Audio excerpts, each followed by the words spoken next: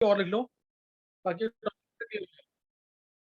और ये सबका सही होना चाहिए। अब ध्यान रखना चीज का, ध्यान से लिखना एग्जांपल्स।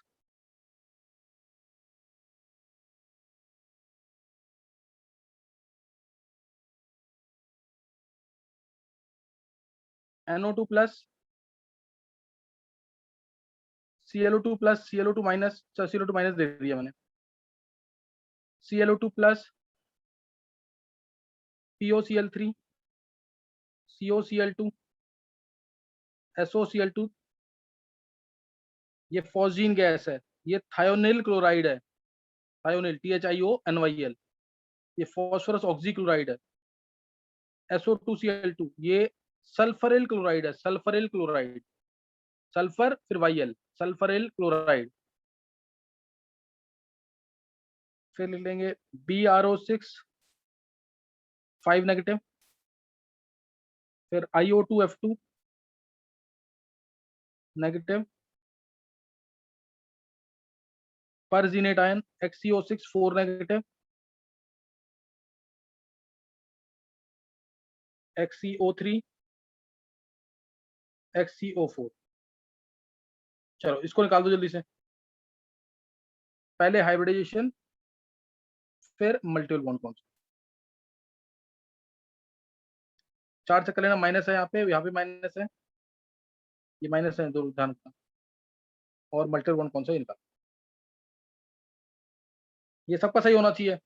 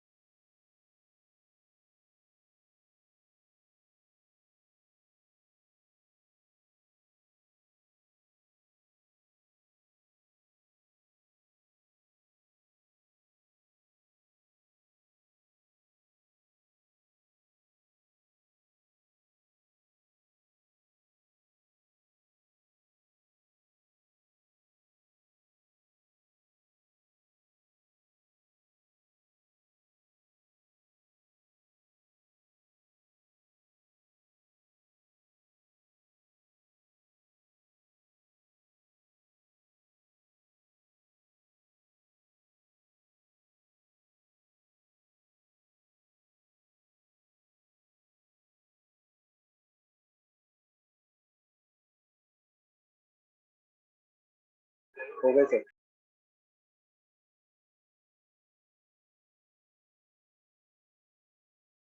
सबने कर लिया है?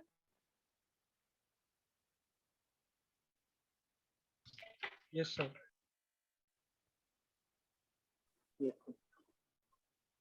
वेदांत?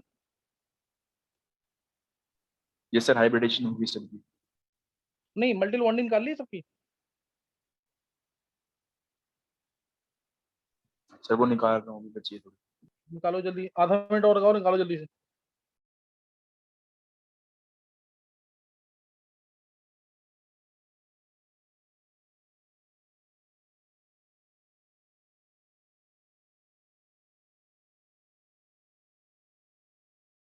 सर ये BrO6 के ऊपर 5 नेगेटिव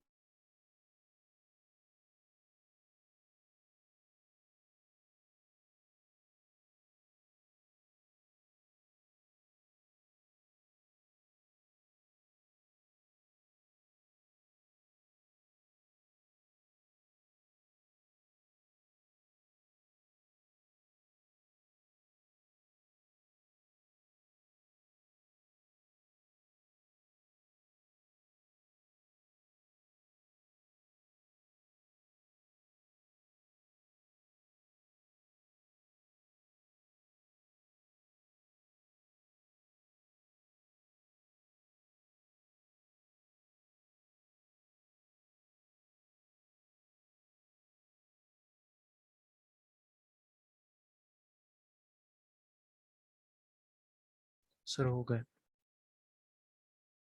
चलो सबने कर लिया, देखेंगे आंसर फिर।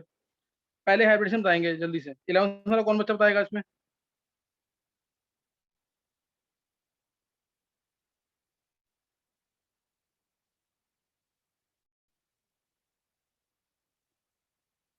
हाइब्रिडेशन पढ़ा होगा तो वो बहुत इजी क्वेश्चन है ये। एसपी इसके अंदर देखो, हाइब्रिडेशन क्या है इसकी? Sir SP। SP। एसपी। ये तो स्ट्रक्चर मेकिंग में सिखाया हुआ ना। प्लस चार्ज आएगा तो किस पे आएगा? सेंट्रल एटम पे। प्लस जब नाइट्रोजन पे आ गया तो उसके 4 वैलेंस रह गए। ऑक्सीजन बनाता है 2 बॉन्ड, तो डबल बॉन्ड हो, डबल बॉन्ड हो। 2 सिग्मा बॉन्ड यानी sp रोटेशन। 2 सिग्मा बॉन्ड यानी sp rotation.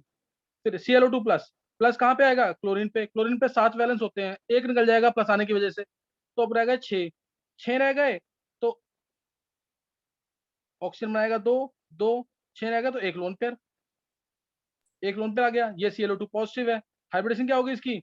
SP2। sp2। POCl3। Phosphorus के 5 वैलेंस इलेक्ट्रॉन्स हैं। ऑक्सीजन 2 बनाएगा, क्लोरीन 1 बनाएगा, तो 5 के 5 शेयर होगा कि नहीं? इसलिए 4 सिग्मा बॉन्ड है इसके पास, तो sp3। COCl2 में sp2 आएगा। SOCl2 में एक लोन पेयर, देखो SOCl2 है, ऑक्सीजन बनाएगा 2 बॉन्ड, Cl1 Cl1, 6 इलेक्ट्रॉन होते हैं इसके पास, तो 2 रह गए यानी एक लोन पेयर, तो sp3। SO2Cl2 sp3। BrO6 5 negative, ये क्या आया? SP3D2। हाँ, ब्रोमीन में 7 इलेक्ट्रॉन्स होते हैं। ब्रोमीन में 7 वैलेंस इलेक्ट्रॉन्स हैं। 5 ऑक्सीजन नेगेटिव वाले क्या बनाएंगे? Single bond. एक ऑक्सीजन क्या है? डबल बॉन्ड बनाएगा, तो ये क्या गया? sp3d2। sp3d2। ये सब किया हुआ तुमने, स्ट्रक्चर बनाए हो ना सारे ये। फिर IO2F2 negative. IO2F2 negative, negative किसके पास आएगा? ऑक्सीजन के पास। आयोडीन में 7 इलेक्ट्रॉन, 7 में से एक ऑक्सीजन 2 इलेक्ट्रॉन शेयर करेगा, एक नेगेटिव वाला ऑक्सीजन 1 इलेक्ट्रॉन शेयर करेगा, बाकी दोनों फ्लोरीन 1-1 इलेक्ट्रॉन शेयर करेंगे। तो टोटल शेयर कितने हुए इसके? 5। एक लोन पे रह गया, क्या आएगा? क्या हाइब्रिडेशन आई इसकी? SP3D2 hybridise. एसपी3डी। sp3d2 आ रही है? नहीं, sp3d आएगी, देखो SP3D। sp3d आएगी। XCO6 4 नेगेटिव, इसमें sp3d2 आ जाएगी। XCO3 में sp3, XCO4 में sp3। आया समझ कि नहीं?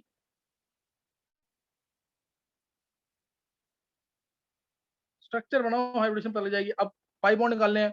आरुष,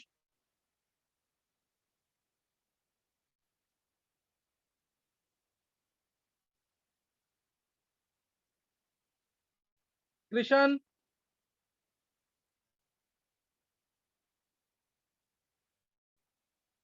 नहीं।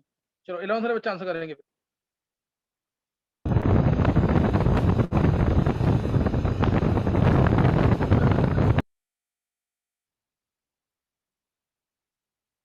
sp है तो क्या हाइब्रिडेशन? एक ही इसमें 2 पाई बॉन्ड से, दोनों पाई बॉन्ड कौन से होंगे?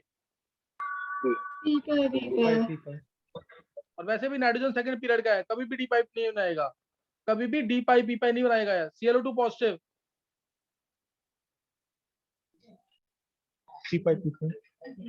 एक पी बचा हुआ है और एक ही पाइप बन रहा है, तो एक पाइप बन रहा है तो क्या आएगा? वो पी पाई बी पाई। सर एक डी। POCl3 में, POCl3 में डी पाई बी पाई, क्योंकि sp3 है ना, sp3 मतलब डी पाई बी पाई। COCl2 में अभी बताया पीछे, क्या आएगा? डी पाई बी पाई। SOCl2 में तो किसको क्या पूछना है? Cl2 पॉजिटिव में 2 पाई बॉन्ड बन रहे हैं ना सर। एक डी पाई से बनेगा, डी पाई नहीं होगा। एक डी पाई बी पाई।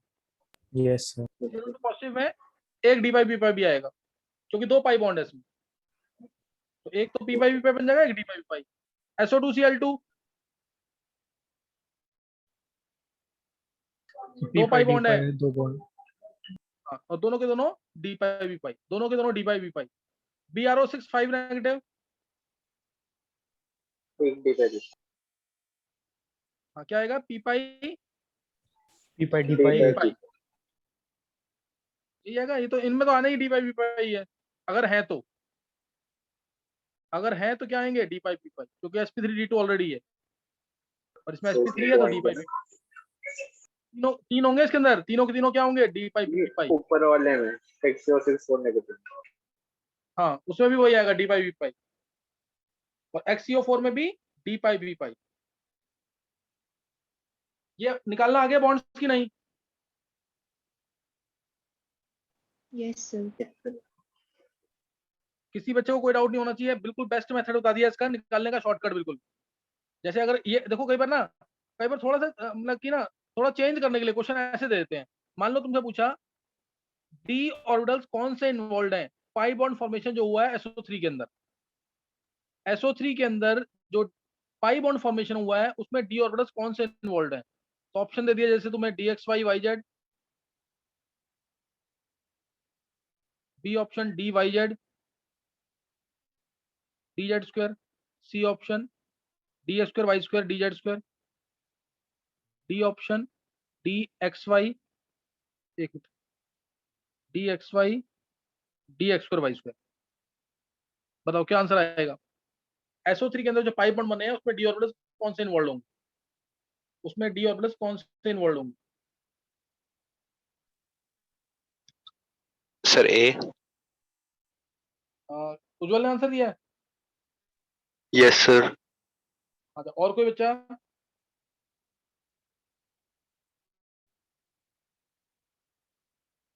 चल उज्जवल बता रीजन क्या है। सर क्योंकि पी एक्स पी वाई और पी जेड के साथ सर DZ2 और DX2 Y2 सिग्मा बॉन्ड्स बना सकते हैं। बहुत अच्छे, परफेक्ट आंसर है बिल्कुल, इसीलिए देते हैं क्वेश्चन ऐसे। आंसर यही है इसका। ये तो सिग्मा बनाएगा आ ही नहीं सकता कभी, ये सिग्मा बनाएगा, ये सिग्मा बनाएगा आ ही नहीं सकते कभी, ये सिग्मा बनाएगा आ ही नहीं सकता। तो सिर्फ अकेला यही है जो पाई बॉन्ड बनाते हैं दोनों, इसलिए ये डी ऑर्बिटल्स इन्वॉल्व होंगे। आया समझ के नहीं ये। Yes sir. ध्यान रखना इस चीज का। आगे मैं यूज करूंगा ऑर्डर इलेक्ट्रॉन स्पीसीज के अंदर किसकी अट्रैक्शन ज्यादा होगी, लोन पेयर की या सिग्मा बॉन्ड की टुवर्ड्स न्यूक्लियस, या पाई बॉन्ड की या लोन इलेक्ट्रॉन की। अट्रैक्शन टुवर्ड्स न्यूक्लियस में अरेंज करना है।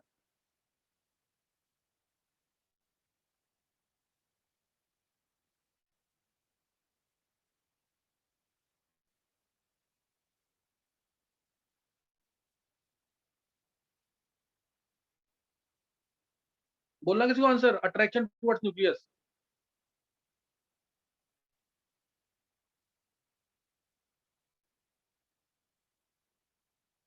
बताओ अट्रैक्शन टुवर्ड्स न्यूक्लियस में।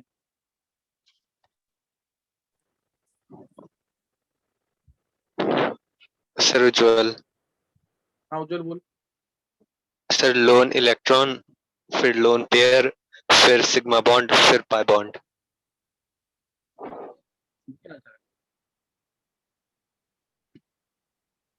लोन इलेक्ट्रॉन तो अकेला है ना, अट्रैक्शन टुवर्ड्स न्यूक्लियस है, तो ये फॉर्मूला तो पता ही होगा ना, K(Q1Q2)R² जो फॉर्मूला लगता है। तो चार्ज पे तो डिपेंड करेगा ही करेगा, चार्ज ही कम हो गया ना इसमें तो। और ये लोन पेयर और सिग्मा बॉन्ड दोनों क्या होते हैं, हाइब्रिड ऑर्बिटल्स, इनकी अट्रैक्शन ज्यादा होगी। हाइब्रिड ऑर्बिटल्स न्यूक्लियस के पास होते हैं। पाई बॉन्ड कभी भी हाइब्रिड ऑर्बिटल नहीं बनाता। हाइब्रिड ऑर्बिटल हम कैसे काउंट करते हैं, वाया सिग्मा बॉन्ड्स ओनली। तो इसलिए ये आंसर आएगा लोन पेयर, फिर सिग्मा बॉन्ड, फिर पाई इलेक्ट्रॉन्स, फिर लोन इलेक्ट्रॉन। आगे चेंज आएंगे मैं बता दूंगा, लेकिन ऑर्डर कोई पूछता तो यही तुम्हें answer.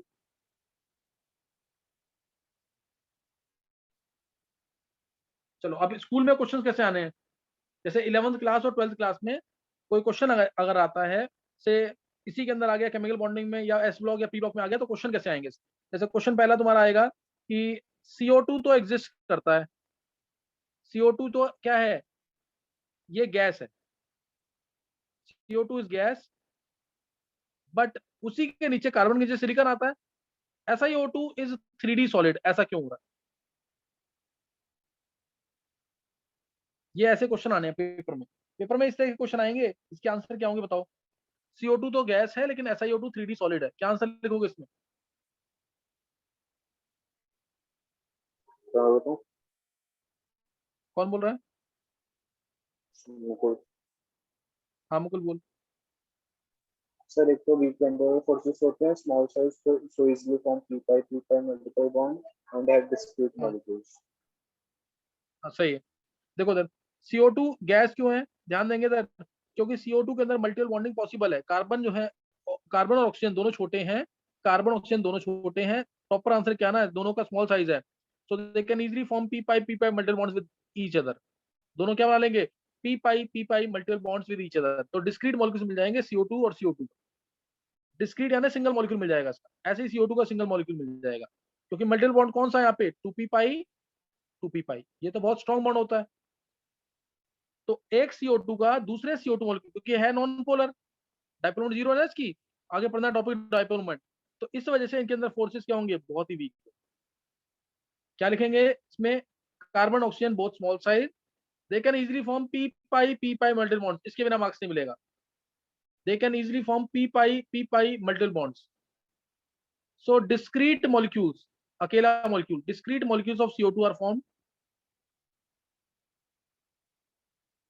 And in between them there are weak van der forces. इन दोनों के जो कौन से फोर्सेस है, ये बहुत weak van der forces, weak van der Waals forces. ये लिख के आने पॉइंट, पहला स्मॉल साइज, दूसरा point easily form p pi multiple bonds, तीसरा डिस्क्रीट मॉलिक्यूल्स CO2 के मिलेंगे, और वीक वैन डेर फोर्सेस। समझ आया कि नहीं ये?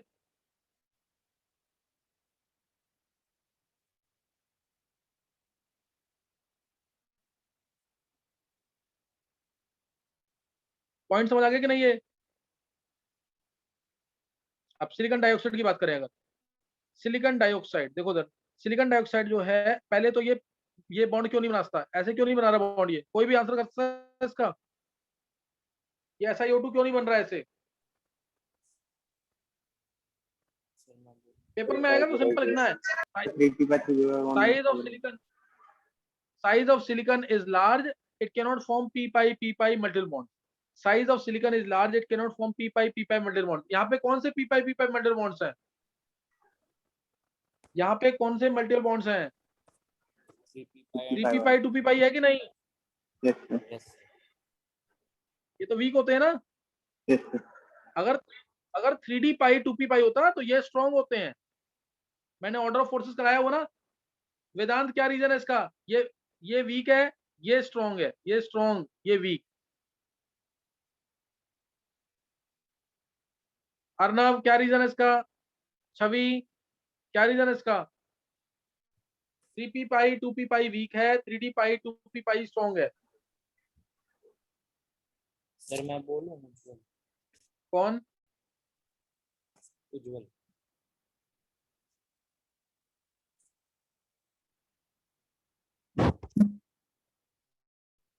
कौन बोल रहा, बोलो। सर उज्जवल। हाँ उज्जवल बोल। सर जो पी के जो लूप्स होते हैं वो एक्सिस पे प्रेजेंट होते हैं, पर जो डी एक्स वाई देखेंगे तो उसके लोब एक्सिस पे नहीं होते, उसके लोब एक्सिस से थोड़े बाहर होते हैं, तो फिर न्यूक्लियस और लोब्स के बीच में डिस्टेंस कम हो जाता है, रिट्रैक्शन बढ़ जाती है। 100% परफेक्ट आंसर है ये। कोई और बच्चा 10th का जो जिसको पता, देखो इसीलिए 10th में उज्जवल अभी इस समय नंबर 1 पे है। उज्जवल तेरे आंसर अब करेक्ट होने लग गए हैं, पहले 10 में से 2 सही बोलता था, 10 में से 8 हो गए सही। और किसको पता था इसका आंसर? जब डी ऑर्बिटल्स होते थे तो वो क्या होते थे, ऐसे होते थे ना, इंक्लाइंड। पी के साथ आसानी से बॉन्ड बन जाएगा क्योंकि इसका न्यूक्लियस और ये पास में।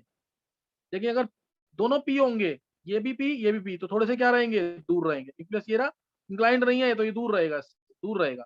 ध्यान है कि नहीं है?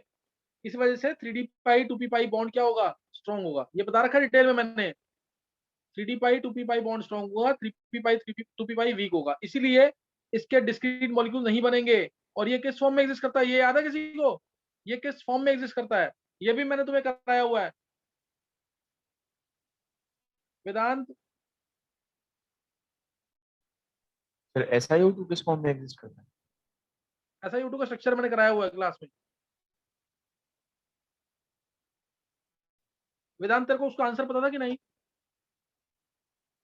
तो 3d पाई वाला, यस सर, वो डिस्टेंस की वजह से पता था। हाँ। अब ये बताइए इसका स्ट्रक्चर पता है? SiO2। चलो किसको पता है स्ट्रक्चर इसका? मैंने क्लास में कराया हुआ है और मैं हिंट देता हूँ कहाँ कराया है इसका स्ट्रक्चर। इसका मैंने स्ट्रक्चर कराया है जहाँ पे मैंने तुम्हें एलिमेंट मॉलिक्यूल कंपाउंड लैटिस में डिफरेंस कराया था?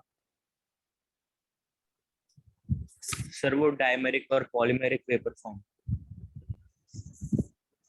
डायमंड स्ट्रक्चर नहीं था कृष्णा, थोड़ा चेंज है, देखो उधर ये था ऐसे, सर शीट अगर लाइक तुम्हें ध्यान हो स्ट्रक्चर। SiO2, हाँ शीट लाइक स्ट्रक्चर, बिल्कुल बिल्कुल। याद आया कुछ कि नहीं? Yes sir. हाइब्रिडेशन sp3 हो जाती थी। इसमें पूरा बताया था कि SiO2 क्यों बोलते हैं इसको, क्योंकि ये ऑक्सीजन आधा इस सिलिकॉन के साथ, इस सिलिकॉन के साथ ये आधा है, आधा नीचे भी है ना, आधा इधर है, आधा इधर है, आधा इधर है, हो गया ना SiO2? नहीं ध्यान आया आप भी?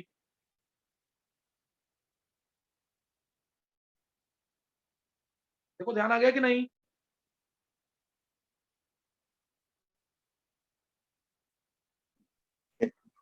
Yes sir. तो SiO2 इस तरीके से था, सही ना? SiO2 इस तरीके से था। नेक्स्ट देखेंगे, ये क्वेश्चन मैंने कहा दिया, इस सिलिकॉन क्यों नहीं बना पा रहा पी पाई मेटल बॉन्ड्स? क्योंकि साइज बड़ा है। सिंपल क्या आना है, क्या पेपर में आंसर क्या हो गया? CO2 तो एग्जिस्ट कर रहा है, लेकिन SiO2 ऐसे एग्जिस्ट नहीं करता CO2 की तरह। CO2 गैस क्यों है, ये क्वेश्चन आएगा पेपर में। क्या reason? Carbon and oxygen have small size, so they can easily form p metal bonds. Hence, discrete molecules of CO2 are formed, and in between them there are weak van der Waals. ये 4 point लिखने हैं। Small size P पाई P, CO2 का मत लिखाना, paper में लिखाते हैं CO2 का स्मॉल साइज है, ये नहीं, कार्बन और ऑक्सीजन का स्मॉल साइज है। पी पाई मल्टी बॉन्ड बना लेंगे दोनों एक दूसरे के साथ, डिस्क्रीट मॉलिक्यूल्स मिलेंगे, और इनमें वीक वन der फोर्सेस होंगे। सिलिकॉन ऐसा नहीं कर पाएगा क्योंकि इसका साइज बड़ा है, तो पी पाई मल्टी बॉन्ड नहीं बनेगा इसका, और ये 3D सॉलिड की फॉर्म में हो। डिटेल मैंने तुम्हें दे दी है। अब जैसे अगला क्वेश्चन, N2 तो एग्जिस्ट करता है लेकिन P2 एग्जिस्ट नहीं करता। P2 किस फॉर्म में? फास्फोरस किस फॉर्म में? P4 की फॉर्म में।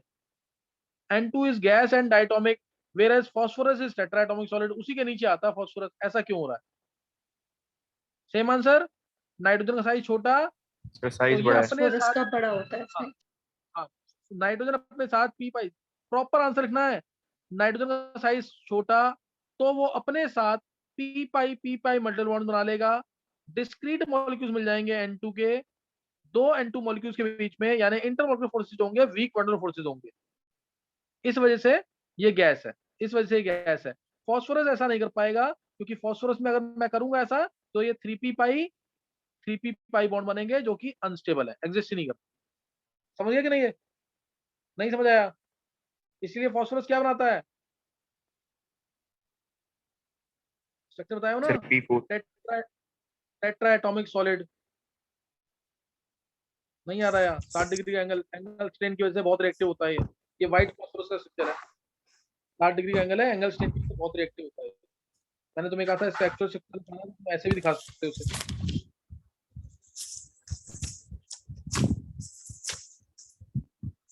ये एक पी ऊपर की तरफ उठा हुआ है, फिर जुड़ेंगे, तो इसमें कितने ट्रायंगुलर फेसेस होते हैं? 4 ट्रायंगुलर फेसेस होते हैं, वो सब बताना होता है इसके अंदर।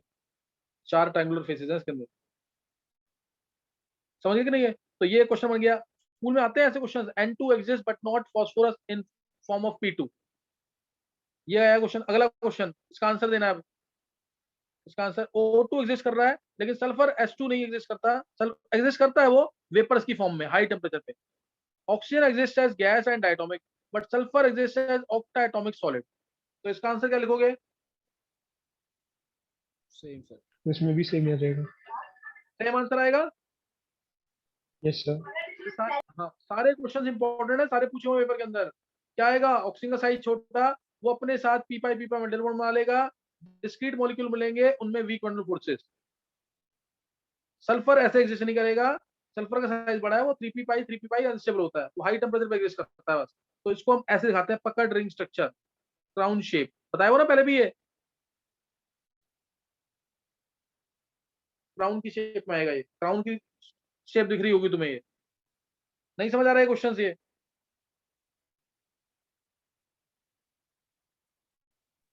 ये सब क्लियर है। देखो और क्वेश्चंस कैसे आते हैं।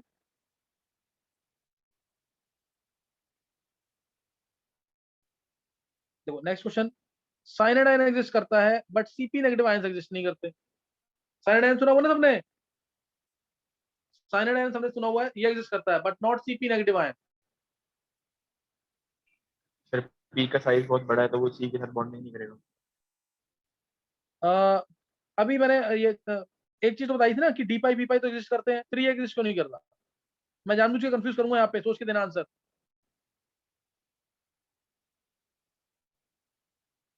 सी एन नेगेटिव एग्जिस्ट कर रहा है but not CP negative ion, जबकि पी के वेकेंट ऑर्बिटल तो होते हैं।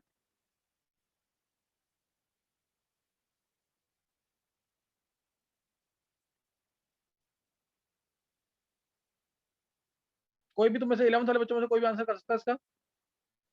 ऐसे ही मेरा अगला क्वेश्चन, जैसे ये नीट में आया हुआ क्वेश्चन, सीओ और SiO which is more stable and why? CO और SiO which is more stable and Y?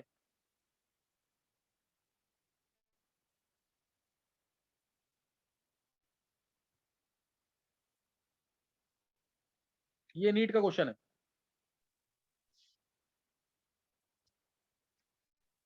Sir लेकिन फॉस्फोरस ट्रिपल बॉन्ड नहीं बनाएगा ना कार्बन के साथ। हाँ, क्यों नहीं बनाएगा? वेदांत आंसर देना इसका, क्यों नहीं सर बनाएगा? साइज बड़ा है उसका बहुत, इसलिए। अच्छा, तो वो ऑक्सीजन के साथ कैसे बना लेता?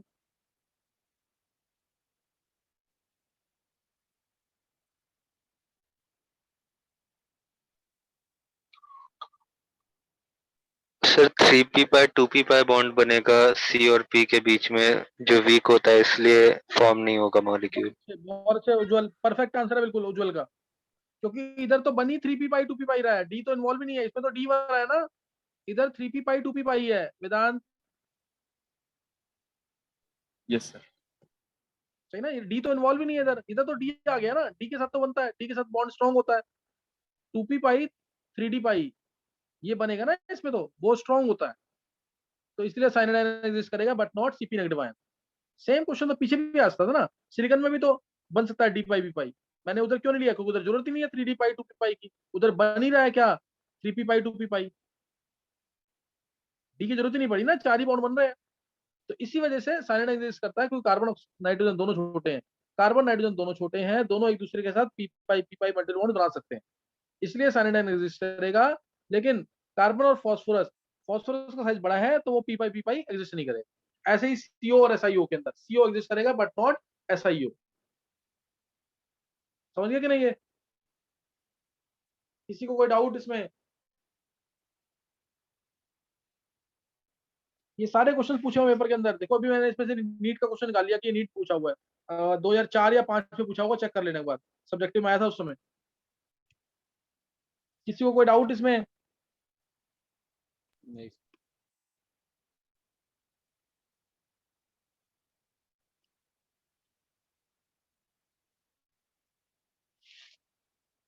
देखो नेक्स्ट, अब जैसे एक क्वेश्चन आएगा, नाइट्रोजन की जितनी भी ऑक्साइड्स होती है ना, नाइट्रोजन की जितनी भी ऑक्साइड्स हैं, इनका ओपन चेन स्ट्रक्चर होता है। नाइट्रोजन ऑक्साइड्स है वो ओपन चेन स्ट्रक्चर, लेकिन अगर फॉस्फोरस की ऑक्साइड देखोगे ना, तो उनका केज लाइक यानी क्लोज स्ट्रक्चर होता है, केज लाइक स्ट्रक्चर होता है। ये भी क्वेश्चन पूछा हुआ पेपर में। मैं एक एग्जांपल दे देता हूँ, तुम्हें और क्लियर हो जाएगा। नाइट्रोजन की ऑक्साइड्स का ओपन चेन स्ट्रक्चर है, फॉस्फोरस की ऑक्साइड्स का क्लोज स्ट्रक्चर होता है, केज लाइक स्ट्रक्चर होता है। नाइट्रोजन की ऑक्साइड जैसे N2O, N triple bond N, ये बन गया नाइट्रस ऑक्साइड, रेजोनेंस भी होगी इसमें, लाफिंग गैस भी कहते हैं इसको, नाइट्रस ऑक्साइड। NO, ये तो ऑड इलेक्ट्रॉन कंपाउंड है, एक ऑड इलेक्ट्रॉन रहेगा इसके पास, एक लोन पेयर भी रहेगा। फिर +1 स्टेट हो गई, यहाँ +2 स्टेट ले ली, फिर N2O3। सबका स्ट्रक्चर कैसा आ रहा है देखो, क्या आ रहा है स्ट्रक्चर? ओपन चेन आ रहा है ना स्ट्रक्चर, N2O4।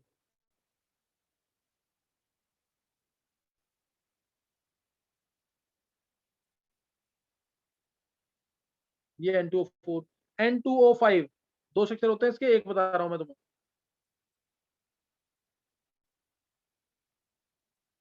ये पांचों के स्ट्रक्चर कैसे हैं? ओपन चेन है, क्लोज्ड है?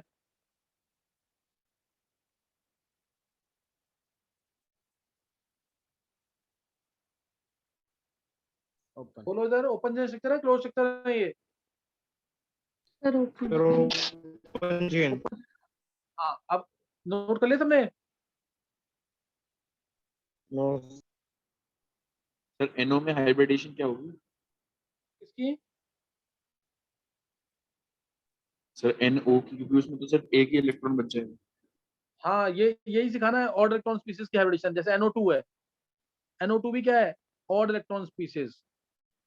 तो इसकी हाइब्रिडेशन क्या होगी, ये सारा सिखाऊंगा इसमें। इसमें पूरा बताऊंगा यहाँ पे कि यहाँ पे O में परसेंटेज P कैरेक्टर ज्यादा, इधर भी परसेंटेज O में P कैरेक्टर ज्यादा, इधर P कैरेक्टर ज्यादा, तो लोन पेयर का, इस लोन इलेक्ट्रॉन का परसेंटेज S कैरेक्टर ये बढ़ जाएगा। परसेंटेज S कैरेक्टर बढ़ जाएगा तो न्यूक्लियस के पास चला जाएगा, न्यूक्लियस के पास चला जाएगा तो मिक्सिंग हो जाएगी S और P की, आसानी से हाइब्रिडेशन में पार्टिसिपेट करेगा।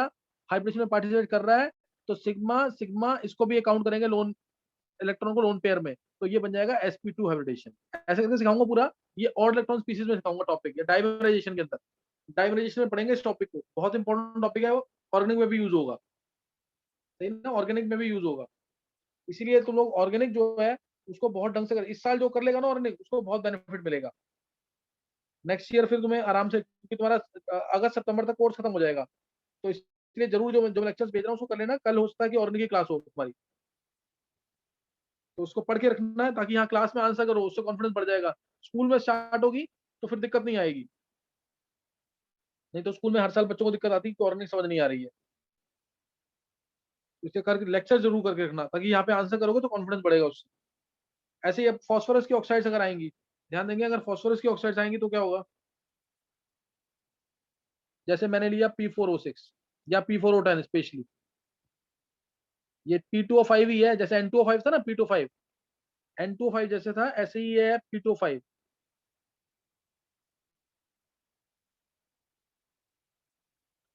P2O5 ये दोनों इक्विवेलेंट है, ये P2O3 सॉरी, ये P2O3, ये P2O5। अब P4O6 का स्ट्रक्चर देखो कैसे बनेगा, ध्यान देना मैं कैसे बना रहा हूँ स्ट्रक्चर इसका।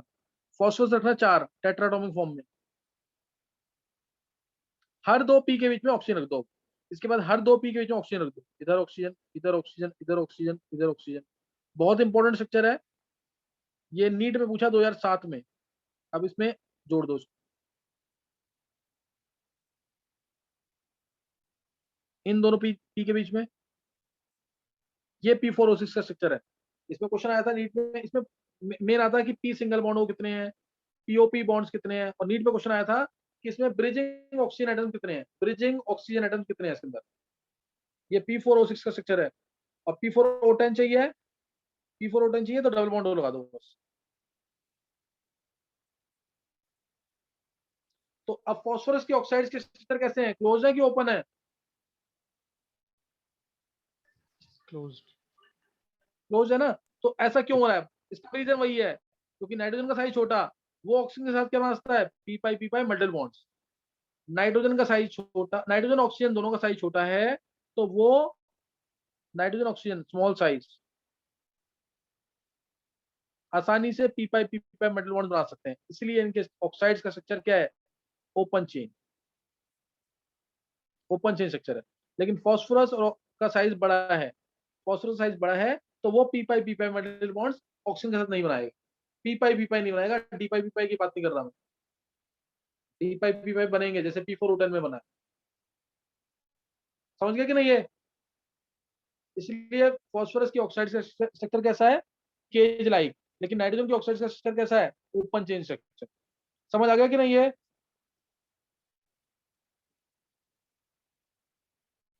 समझ आ गया सबको कि नहीं। यस। तो यहाँ तक ही करना है इसको। और ये मल्टीपल बॉन्डिंग टॉपिक हमने खत्म कर दिया, नेक्स्ट टाइम मैं डाइपोल मत लूंगा शायद इनऑर्गेनिक के अंदर। लेकिन तुम लोग अगर शुरू से नहीं पढ़ोगे तो फिर दिक्कत आएगी तुम्हें। केमिकल बॉन्डिंग देखो, मैं ये इंपॉर्टेंट चैप्टर है, केमिकल बॉन्डिंग किस किसने पढ़ लिया स्कूल में,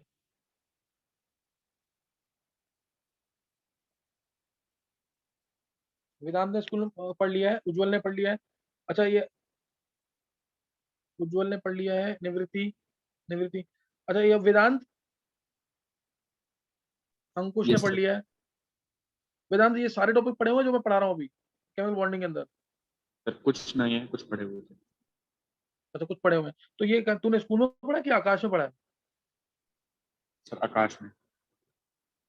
अच्छा सही है। तो नहीं इसीलिए डिटेल में इसीलिए चल रहा है ना काम, कि क्या कहते हैं आगे कोई दिक्कत ना आए। ये केमिकल बॉन्डिंग में इसलिए टाइम लगेगा थोड़ा सा। एक बच्चे ने पूछा था कि सर केमिकल बॉन्डिंग ज्यादा जा रहा है टाइम, तो मैंने कहा इसमें बहुत सारे कंसेप्ट कवर हो रहे हैं, इसमें इनऑर्गेनिक के काफी इंपॉर्टेंट कंसेप्ट हैं।